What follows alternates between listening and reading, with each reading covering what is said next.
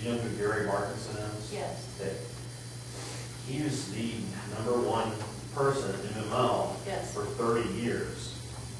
So is he to blame for the metamorphosis into the beast that it is, or I not? can't say that. How would I know that? Well, I don't He's got to know. be part But of he's it. the head of it for 30 Well, years. he's got to be part of it, and he's quite aware. I keep him, I copy him all. I don't work behind closed doors. He knows what I'm doing. He And just he knows retired, and my city council passed a resolution commending him on his 30 years of service to MML. So you can see what I'm going to be up against when I go to the podium.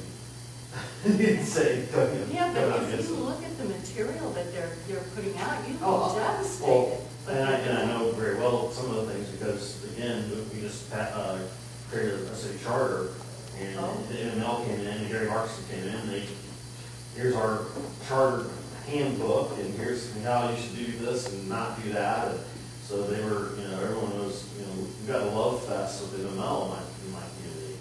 So, but if you really look they at also what they're take Eminent Domain. That was a big problem a few years ago, and so I definitely need to back off of that. But for my city to turn their back on MML, that's not going to happen. You go in, even to the MML site, you go into their lawyer's site, and you check out the legislation that they are for and they are against in the state of Missouri. They are not for you. Let me tell you. Absolutely. I called about a situation where my city was doing something in violation of state statute. So I called an MML, and they said, well, basically, we would take the city's position in this case, and we're not there. We're there to represent the city, not the community. So even though it was clear that the city was doing something wrong, MML would take their side in that case. Because that's what they've That's become. their number. That's That's what their they're lobbies. all about. And that's big business again. The city is a business. But they do good things. But they're doing some terrible things. And that's why I won't let them alone. I am so upset about this. I can't believe it. Well, they should be getting the middle of any initiative. I That is a agree. constitutional right on our Missouri Constitution. Lays out specific guidelines for petitions. Exactly. For anybody to try to thwart a constitutional process. But part of what the problem was with the eminent domain is it got through the first time. As mine got through, no one stopped me and took me to court. If they had a problem, why didn't 20 school districts take me to court and stop me? Why didn't 20 cities take me to court and stop me? But they did not. They found out his got through. He didn't get enough signatures the first time, so they stopped it the second time. So what happens when mine gets through and it's approved? Who stops it then? That's what they're thinking of this. Well, exactly. You have to go through a lot. It has to be approved by the Secretary of State. It's not an even process. She got it done, he got it done. But MML sees this as a problem for what they want to Well, do. because municipalities Right. use that as economic development tool. Exactly. And so again, it's corporations looking at lost profit, and that's what they see that it's just dollars and not rights. Exactly. So I need everybody in this room, contact your legislatures, make everybody involved. Go to your local cities, try to get them to adopt this resolution or something similar to it. Ron Calzone and Mr. Hill and Arnold. Arnold has already approved a resolution similar to this. And the three of us got together and enhanced it. We wanted it to say more. Now our trick is to get more cities to adopt that resolution and send it to the MML and say, hey, we want you to stop this kind of practice. I just sent out a letter to the editor across the state of Missouri as my next step, to try and get people to get involved, get up to your city councils and do this. Elliot Davis is quite interested in all of this. And if you can get something going in your city, he'll be there. I know. He was there for me. Fox 2. If you're money. Well, Charlie Brennan would be Paid also. for it or something. What? Yeah, Charlie Brennan would be also. if you- Probably would. There's Yeah. a lot of, He's had MML on his show and pinned them down on the eminent domain issue.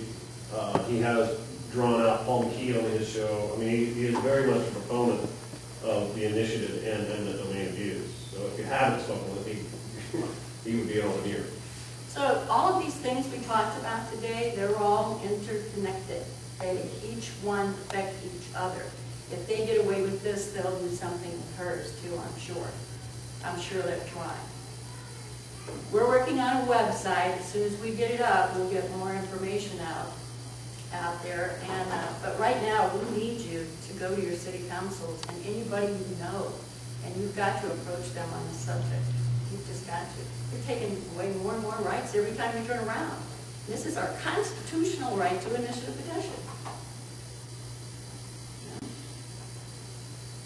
The common theme is public-private partnership. Oh. I mean, that's what, the redefinition Yeah, I of. know, I don't want to go, you don't want to stay here all day, you don't want to. No, but all I'm saying is, both Same with, thing with COPs. You know what COP is? Certificate of Participation. The County of Franklin, our wonderful Mr. Hillhouse, went in there and put us in debt to $26 million without voter approval. And it got to be paid back with interest. It's a lease with option type of situation that you and I would be most familiar with. And if we don't pay that back, he was relying on sales tax, I imagine, which is going flat right now. Whoever he sold this to can come in and take back our buildings. We won't own them. Started out being with local banks. He went out and got another COP. Just 3 little commissioners do this. Went out and got another COP, took the 2 COPs, slapped them together and sold them to the bank in New York City. Who do you think they gave it to? Probably China or who knows what. right. Now how can that be legal? We need to get involved in these things. My folks. city created a not-for-profit called the Ballon Public Facilities Authority, and it was the mayor, the city clerk, the economic director, and a guy from a local bank. They created this not-for-profit. It was supposed to be for public benefit, but it was a 501c3. They issued bonds to the 501c3 and then treated it as city debt. So that actually the city was paying off the bonds, but it didn't show up for the city's debt population ratio for state limits. And it didn't have to go to voter approval because they were issuing it through their not-for-profit. And then there, again, since it was not-for-profit 501c, there's no freedom of information directly on it. I was able to get some things, but there was no accounting of this probably $14, $15 million. Well, no, it was actually probably more than that. It went through this not-for-profit. They had to make those records available to you. That's They why did. Well, that's a whole other deal. Yeah, that is a But whole other the deal. thing is, though, is they don't report it in annual budget and things like that. I discovered it. No one even knew about it on the city council. The mayor knew about it, and he lied about it. But most of these people on the city council never even heard of this thing. But here, they're using city money to pay off debt that was issued through a not-for-profit without taxes. There's a lot of that going on. People just don't know. These COPs, I'm finding out that cities are using them, counties are using them, and probably the state's probably doing similar things that we don't know about. I think it's just a shame that the Missouri Municipal League is using our tax dollars to stop us from using our constitutional rights. And we pay, basically, we're paying city I would say it was taxes. almost $1 a person. That's 95 cents per person plus $200 or $225 a year. For instance, the city of St. Louis has what, 300,000 people? But how many? They're paying $300,000 a year annual dues. How many cities are not a member of the Missouri Municipal League? I don't know, there's 660 that aren't.